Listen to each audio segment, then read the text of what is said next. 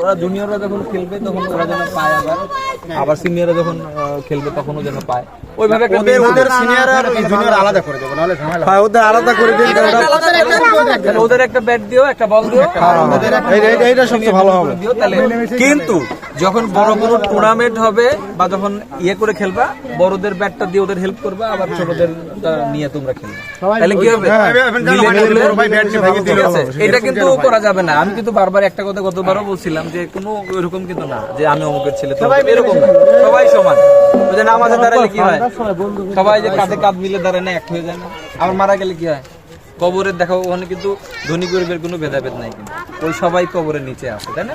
তাহলে সবসময় দুইটা জিনিস মনে রাখবা, যে নামাজে দাঁড়ালে আমরা কাঁধে কাঁধ মিলে দাঁড়াই, মারা গেলে কিন্তু কবরে একই সাথে থাকছে। কোনো ভেদাভেদ করবা না, যে গরিবের ছেলে তাকেও যত্ন করতে হবে, যে ধনীর ছেলে তাকেও একই সাথে খেলতে হবে, ঠিক আছে? তো একে অন্যের প্রয়োজনে বাসা থাকতে হবে। আমি কিন্তু গতবার এই কথাটা বলেছিলাম, তাই না? এই জিনিসগুলো মনে রাখো। এইগুলো যদি ভালো কাজ করে আমার কাছে কোনো কিছু আবদার করে, আমি সবসময় দিই, সমস্যা নেই, ঠিক আছে?